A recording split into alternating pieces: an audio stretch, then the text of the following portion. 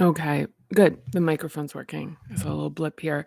So today we are at page 277. And again, we're in the practical applied part of Parinama method. And we are at we're page 277. And today is going to be all about the process of daily journaling prompts. And so we're going to talk about a lot. So I'm going to read and we're going to talk about like why would you do it? And second of all, it's like kind of what it's doing. And talk about like the practical process of the application of it. So I want to get into this.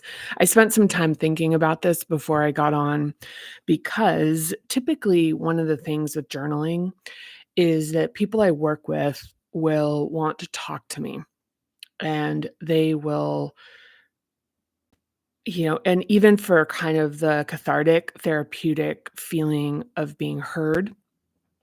And even for what I think is a little bit of there's kind of a pleasure, there's a sensation of having frustrated, aggravated feelings that it's like when you kind of repeat them, it's like it's a little unpleasant, but it's like a pinch. So it's kind of like, "Hey, I can't, duh, duh, duh, duh, duh." I mean, it's kind of the thing of like people like coming together and gossiping and like kind of enjoying that sense of being kind of on the same page about being frustrated about somebody or just like even venting, like the feeling of venting in a way that actually in many times is actually digging the hole a bit deeper because it's just continuing to validate the grievance without exploration of it. So it's continuing to push it out and continue to like it's almost like you imagine it's like a finger with a point that just keeps extending further and further and further away from oneself. So it's like the Inspector Gadget, if you can like remember that. Like it's this protractor arm that's like that. See, there, they. And it's not that it's unjustified. It's not that it's that people are who are involved in something, in our day-to-day life are not like unconscious, unthoughtful, mean, cruel. Um, there's a word I'm looking for, I can't find it. But the thing is the resolution of it isn't in them. The resolution is not about like landing on the fact that they're assholes. Like it's like that they're assholes. So it's like why is this the mechanism that's so common, which is just like to keep like finding new ways to like really emphasize the point, which is like, and then they did this other thing. And and sometimes it's like we get it. It's kind of like when like when, and I won't use like any specific names on this, but it's like when people will say, "Can you believe they did that?" And my answer a lot of times is like, "Yeah, it's literally like the most predictable thing about this person is that's the kind of thing they do." But the thing is like the repeating like return to outrage is, part of the thing is realizing it's like it's kind of enlivening. And in certain, there's like one thing that's coming to mind in my life that's not a personal matter, it's like I guess business, is that there's sort of this group of people who are really like tuned towards complaining and being angry, so nothing ever gets done. But there's also this kind of thing where it's like there's something they're getting out of it with each other. So to actually like try to move things forward takes them out of this state of being able to kind of be together in their kind of aggravation and their misery. So nothing does get done because then just take a stand for it sort of like makes, gives them more fuel.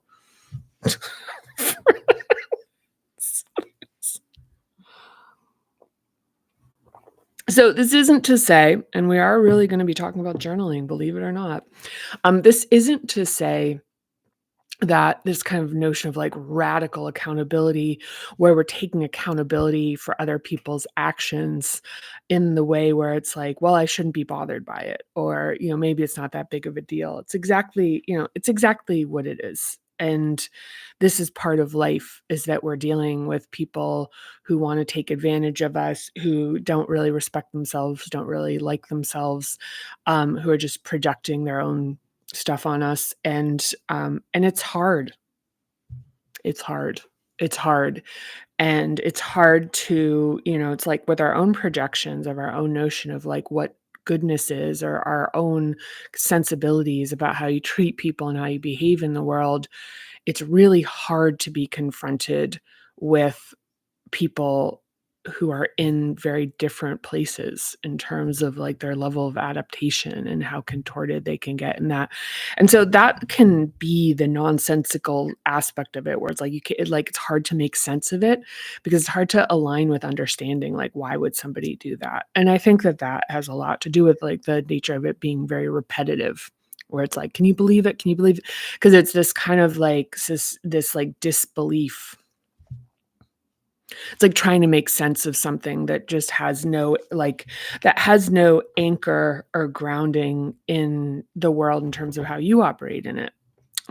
So, and the hopelessness of trying to be like, look, I'm trying to figure this out so I can um make them see. Another problem, because it's like it's not that. So we're gonna get into why this is helpful, is like the idea, it's like, if I could just make them see, if I could just make them see. And the reality is that it's like the person that needs to see is ourselves. Like, we need to see more clearly what the situation is. We need to see more clearly what part of us is being activated um, by the situation and the dynamic in it, usually with some type of historical context, um, that makes a lot of sense once it's uncovered. It actually creates a revelation and a relief. Because one of the things about what we're doing with journaling, if we're pointing to like what is the problem that we're trying to solve with it, like what is the sale of it, the pain that we're promising, making a promise about alleviating. And that is just, it really is like the sense of being uneasy in a situation with someone, like that sense of feeling powerless in day-to-day life. Maybe it's like a boss, maybe it's like somebody in a social group, somebody in a neighbor, you name it. Like feeling powerless, feeling fixated, feeling your energy being drained, um, feeling distracted from being able to do like more important things. Um, being, and also it's like the energy of spending, being like kind of trying to make sense of things, is like, it takes you away. I mean, it's like we don't have like infinite energy. It's like that is taking energy, that if it actually, it's like money, you're spending your budget on something that really will return nothing. It'll return, the returns are nothing. And it's kind of, yeah. Yeah, and one of the issues with it is, like, the more that we're digging in it, like, if we dig and we dig and we dig, we'll just keep rationalizing and building the walls and making them, and we're kind of doing the protractor arm, is becoming, like, more solidified in our distance from the truth of why of what the situation means for us personally. And it's like one of the things like something that's really important about journaling is the power of self-awareness and self-knowledge. And this is a tool for how we, very practically in a day-to-day sense, increase our capacity by illuminating things in a way where we can kind of release them and understand them, process them a bit further than we can when we're just having a repetitive thought on it. Um, you know, Yeah. So,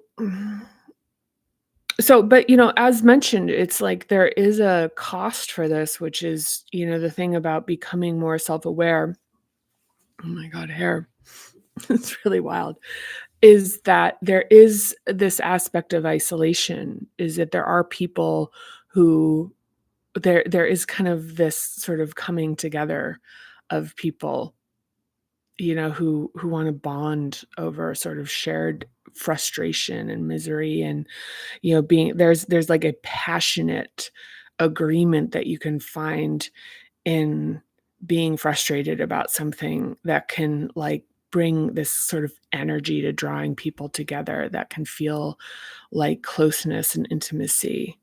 But it's kind of like once that dissipates, it's like there really is no closeness because there isn't anything that you've actually, there's kind of this like memory of a thing we went through, but in terms of the actual the thing about closeness is it involves like learning more about the person and vulnerability and sharing and growing together, and there just isn't really a lot of growth. So that's one of the other things is these relationships tend to be with in like the shared misery relationships don't have a lot of glue because they're sort of held through the like sort of nuclear intensity of dissent and being angry or frustrated, like that kind of juice that kind of like feels really good. It's kind of like drinking friends. It's like friends that you're like it's like you get together and it's like you've like these great times with, and then it's like when you're not drinking, it's like, hey,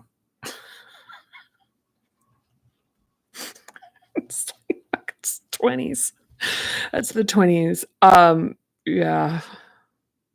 So, okay, so let's talk about we're gonna talk about journaling. We're gonna talk so I'm making this point about how, one of the things that is really hard to do as like a place where you can consistently find this. I mean, you could potentially do this in therapy, um, you know, but as far as like something that you have as a tool that can be used daily, and I don't know if it'll come up about how I have used this type of format daily. This is about like this goes back to the validation of yourself with yourself, which is like being, showing up for yourself and the importance of hearing yourself out. The importance of like the interest in your own thoughts, like the interest in your own processing, that somebody else doesn't need to necessarily bear witness to it, that you seeing it is enough. Like there's kind of a something there. And also one of the things about this, actually, no, I don't feel that strongly. I think I'm gonna what yeah. Yeah, I'm just gonna start reading. Kind of pretty far along here, the preamble. But anyway, so the daily journaling prompts is again, this is on page 277. And let's do it. So, when left unexplored and unprocessed, emotional contamination is the creep of residual emotions from earlier experiences into new ones.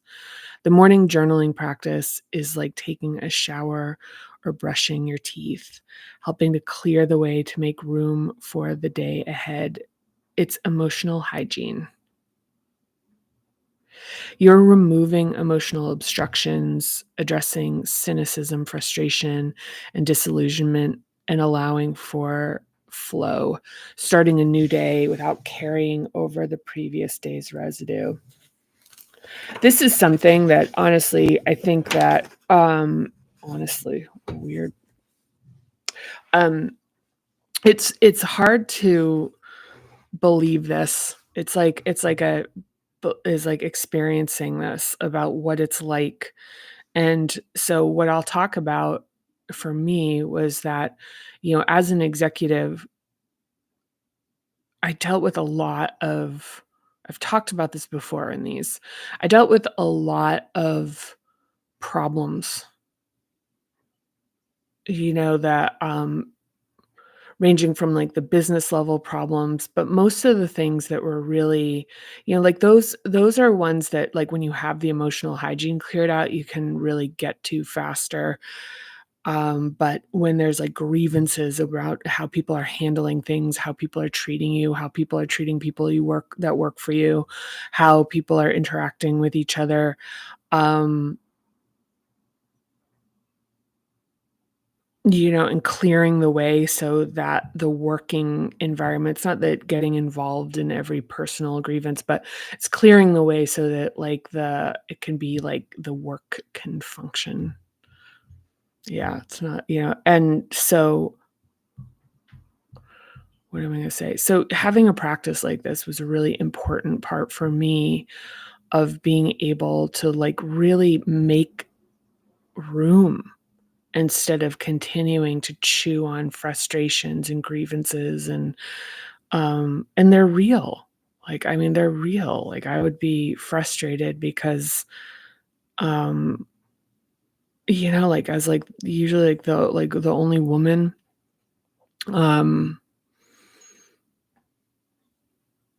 and even not being super interested in, like, power the way, other folks were, and more interested in progress and, like, solving interesting problems. So that was, like, a frustration for me, and caring a lot about my people and my teams. It's kinda the same thing. So that would be something that could, like, take up a lot of my bandwidth if I allowed it to. So this is like a process like this cleared it out so I could really be more effective. And this is like a practical thing about like professional aptitude, which is that it's like the stuff is like absolutely absorbing light if you're harboring it. So ideally a morning practice takes 5 minutes for a physical sequence, like the ones that we've done before in the previous readings, 10 minutes for emotional hygiene journaling, and the last few minutes for some stillness.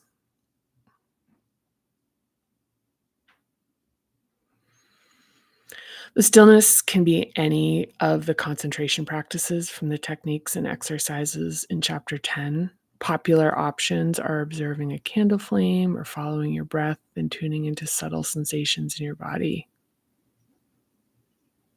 Yeah, it's like a few minutes. Like you don't really, it's not a lot. It's like it's just as long as it creates some form of like punctuation.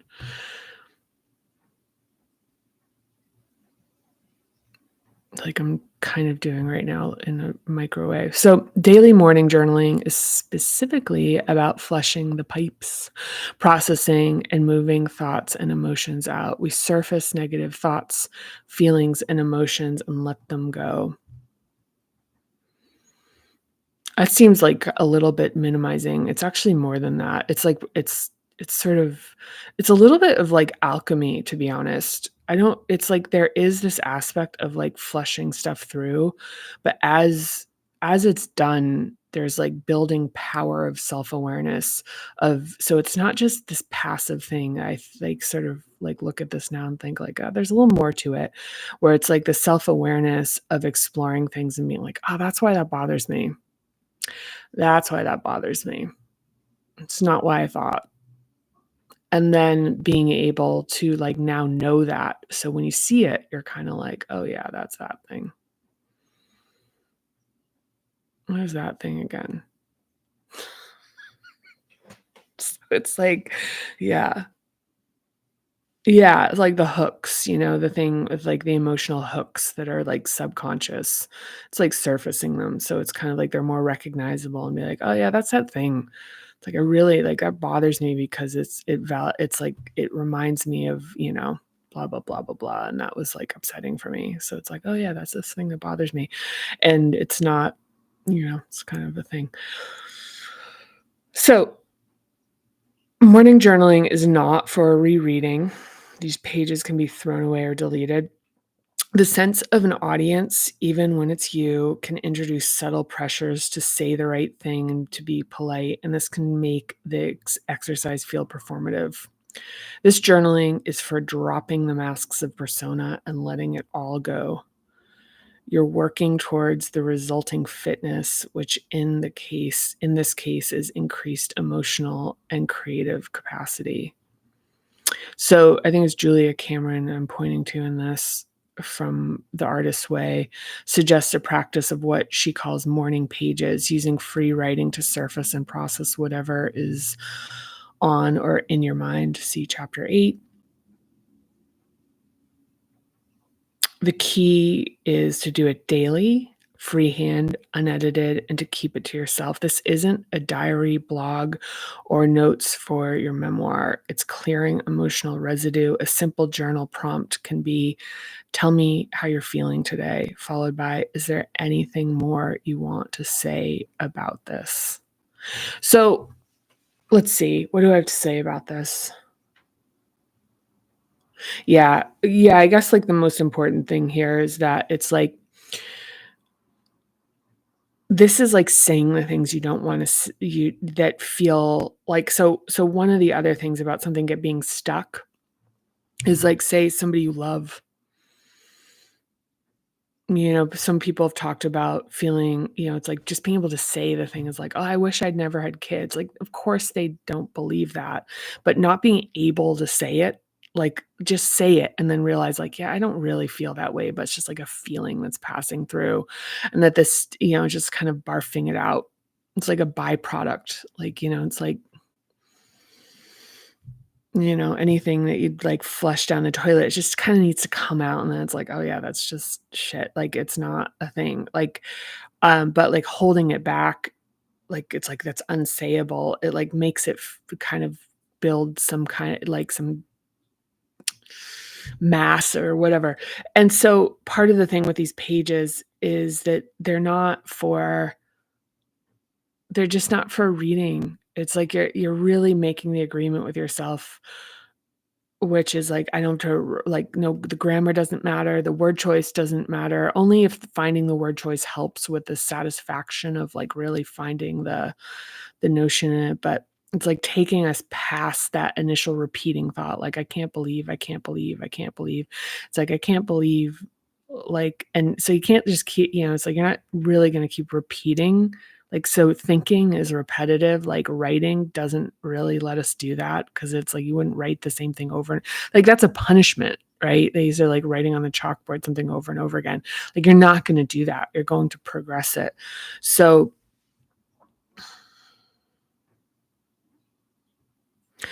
it's like letting yourself express frustrations and things about people, about things, about yourself, like whatever comes up, just being honest. Just being on is like like just whatever's coming up, and then destroying it, deleting it if it's in a Google Doc, um,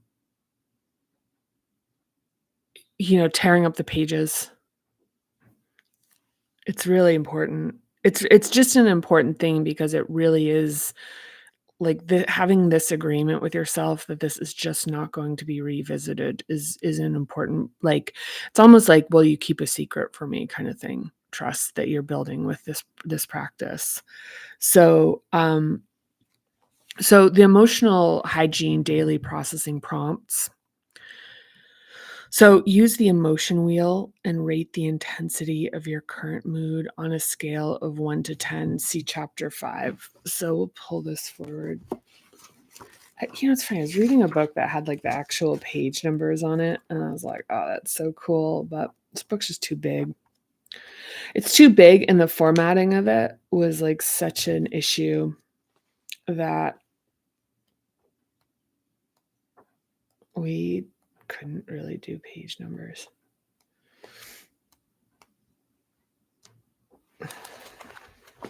So the emotion wheel on page 112.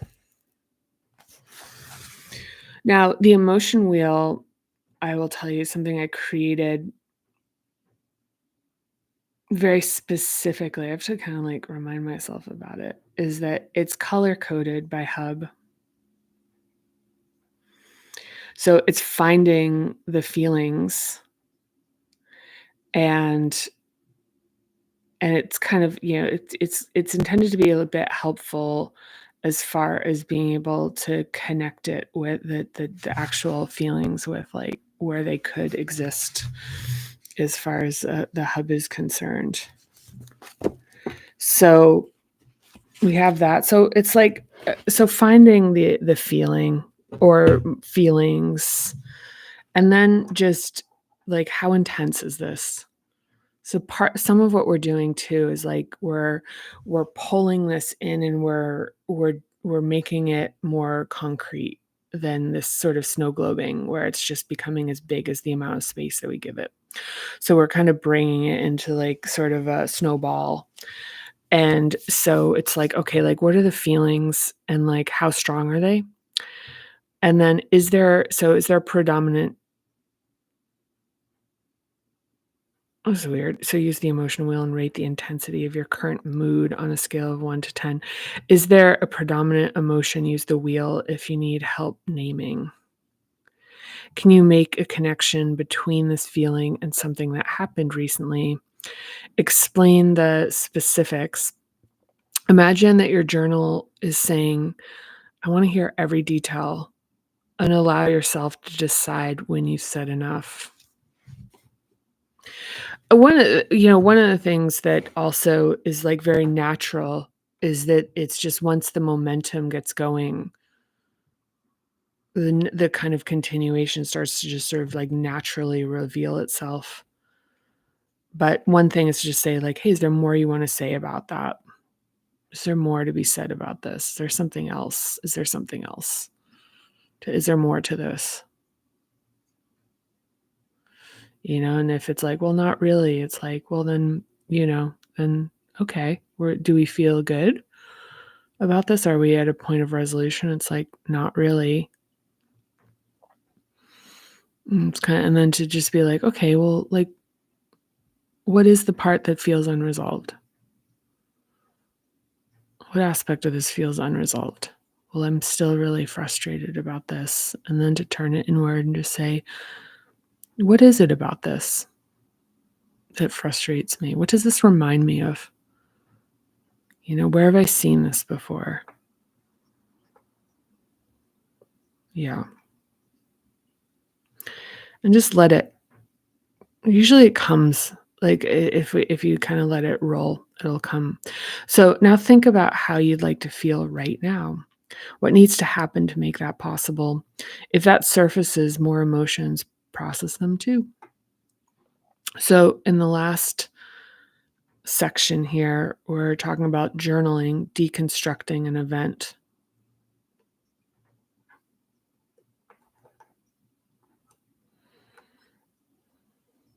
So interview yourself with the 5 journalistic W questions: who, what, when, where, and why. Processing emotions involves containing them and defining what is happening. A single inflamed and minor issue can fill up all the space available with repetitive thoughts. By nailing it down, you can stop banging around in your head and hijacking. It can stop banging around in your head and hijacking your peace. So, who's involved? Who are the people in this? What's happening? What's going on? When's it happening? Where? Where is it happening? And why? Why is this happening? And so that's the end of this, like the writing here. And one of the things I want to say about this is that,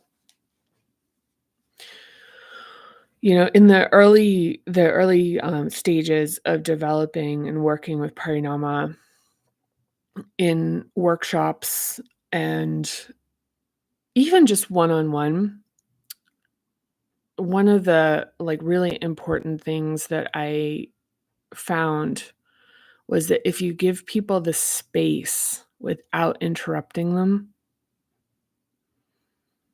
and you just prompt them, you just stay interested,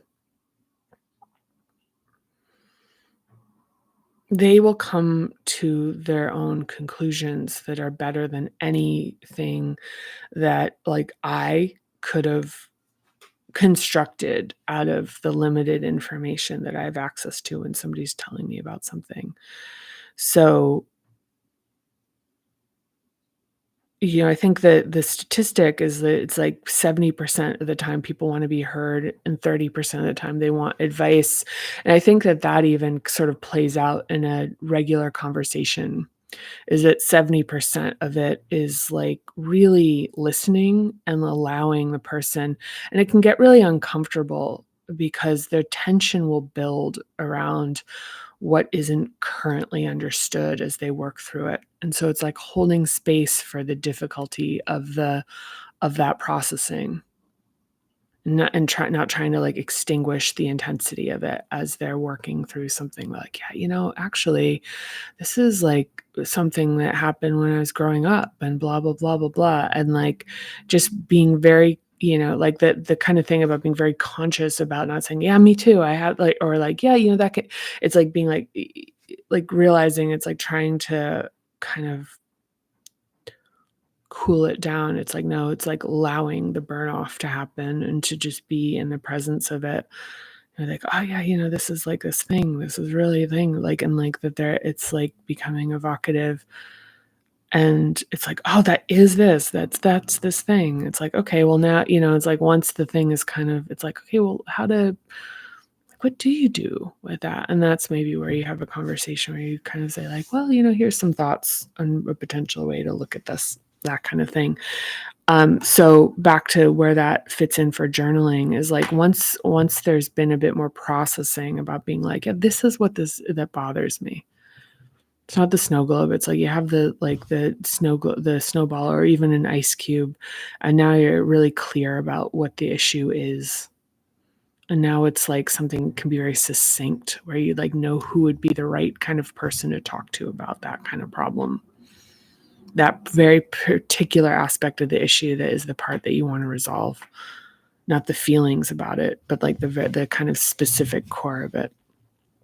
So yeah, and a final word on this is that I'm sorry about my hair. I really am kind of sorry. It's like really kind of a lot. No, the final word on this is that a really important part of the practice is to view it as devotional if you can versus sort of a obedience. Like I have to do this thing. I have to do this thing versus this devotion to and good faith in oneself about what you're capable of discovering and uncovering and knowing about yourself. Because one of the things is like if especially if it's people who are difficult with, like, that we have difficulty with, is that they can maybe not like maybe it's like be like disrespectful or undermining or even nefarious, like where they're trying to cause some type of harm for some bizarre reason, and that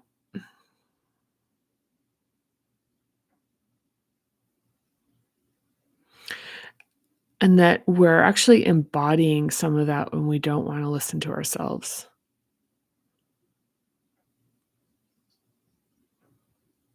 So that we're embodying that level of like not listening and not giving ourselves like considering what we have to think and say as being, crucially important. So this is like there is also this exercise of like in this that about like really trusting yourself and embodying the antithesis of the qualities that are frustrating in situations. And I'm pointing to this. I mean, it's really common. I mean, I think one of the things is that in day-to-day life, it's just really common to have sort of impasses and grievances and frustrations just in day-to-day life. You go to a restaurant and somebody's kind of like rude to you or you get bad service, and it would have been great to get good service. It's like when somebody, just like write something that unintentionally is like frustrating, or like imagined. Like it's just this is part of dealing with people is that it's just there's just stuff to process. And one of the things I think about this as a hygiene practice is that daily life it's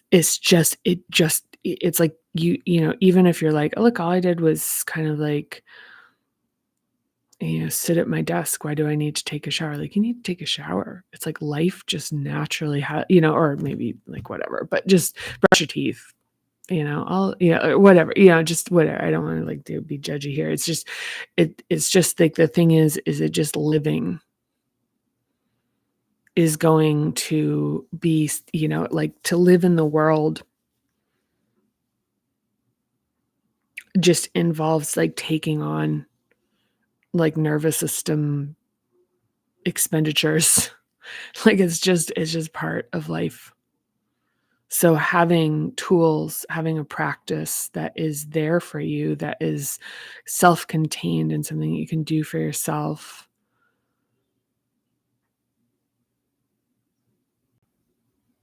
that you always know that there's going to be somebody that's going to like be willing to hear you out. It's you.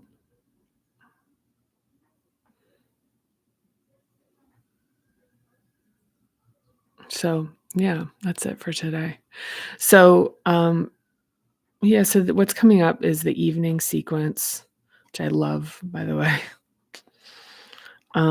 Interruption assessment. This one's good.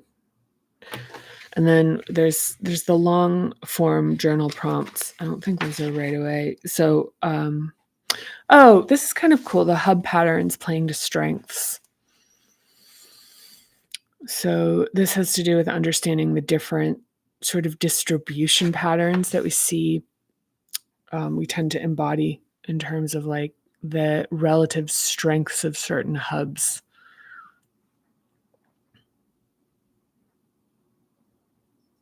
Yeah, it's interesting. Okay, yeah, that's it for now. Yeah, there haven't been comments lately, but I still stand by my statement that if you make one here, I will do my best to respond to it. Thank you for watching. I'm humbled. I'm really like it's really wonderful for me. Um, let's see. What is it? What is the feeling? It's really like, I don't know. It's like I don't know if it like I don't know if I have the right words for it, but like the sense of being, I don't know. I'm just gonna just sort of concede that I don't have the right words for it right now, but just that I do appreciate you. I appreciate you, as I sit and sort of think about this.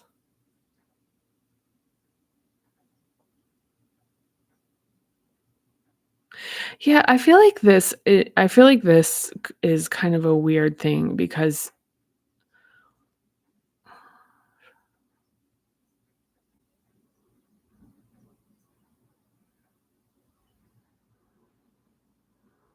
yeah, there's one thing I do wanna say because I do feel like there's something about this that was, like, a little bit, like, I guess because 'cause I'm reading from the book, there's a bit of a, like, teachiness about this when there's this really practical thing about this, what that I think is that, an analogy would be kind of like someone who only prays when things are like, when they're, like, just out of options, and this can be that. A journaling practice can be that, just being like, "Yeah, I don't really know," like, being at the end of your rope, and how that is a very realistic way that journaling is handled, and that it works for you. I mean, that's the thing. It's like the idea that it's like, "Well, you're doing it wrong." I am remiss if that is part of how this comes across, which I realize it kind of could, because it could be like, here's this new thing you're supposed to do all the time, and it's like, maybe you do. I mean, it's like, it's of course made more potent and effective as it builds momentum, but that it's really like the thing of just having a tool, having something you can turn to. If you use it just like that kind of like that, yeah, like praying when you're like really like it could be that too. All right. Yeah, that's it for today. This time, I promise. I'll see you next time. Bye.